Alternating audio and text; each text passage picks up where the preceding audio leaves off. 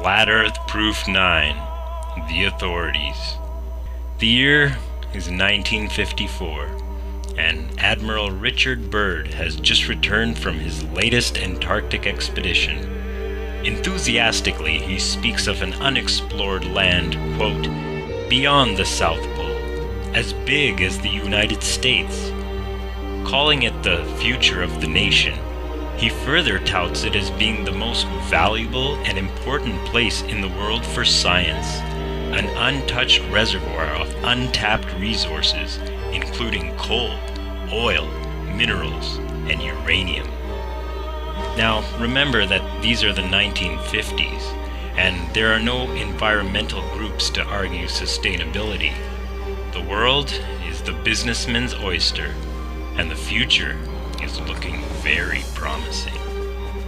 But here's where the twist comes in, because following Admiral Byrd's next mission to Antarctica, after supposedly returning to the United States, nothing happens.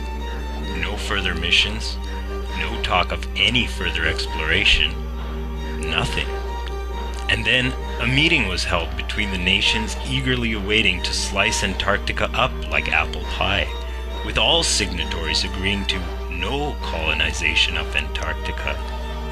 In 1959, the Antarctic Treaty was enacted, barring any independent exploration of Antarctica by the public, with no revisions until the year 2041.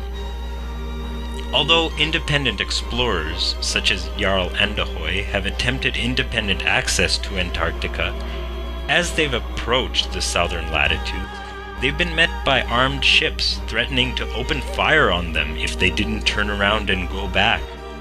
There are only 3 entry points to Antarctica sanctioned by the Antarctic Treaty, through which civilians may enter and tour Antarctica, but only under the supervision of pre-planned tours.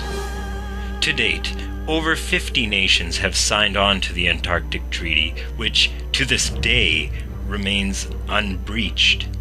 Now, has any other treaty between industrialized nations lasted so long?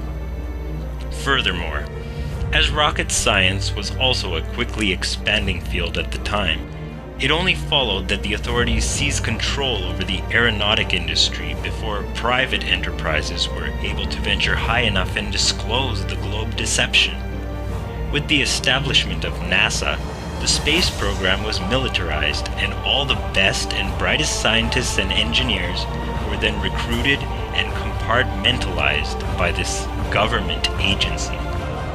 The lunar missions were aptly named after Apollo, as their prime purpose was to reinforce the heliocentric paradigm, in that both the Earth and the Moon are orbs orbiting the Sun.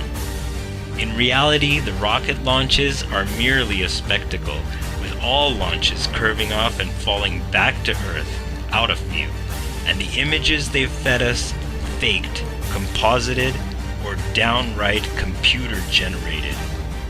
But the authorities have in fact known what the real map looks like, and they've managed to keep most navigators, astronomers, and the populace unaware behind the globe and celestial sphere, not to mention Mercator's projection.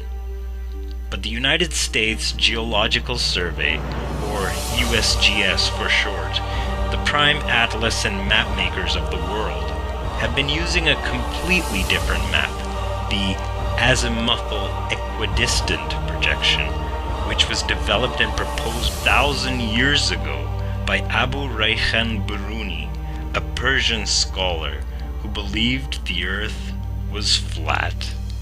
But hey, the authorities that shouldn't be love hiding their secrets in plain sight.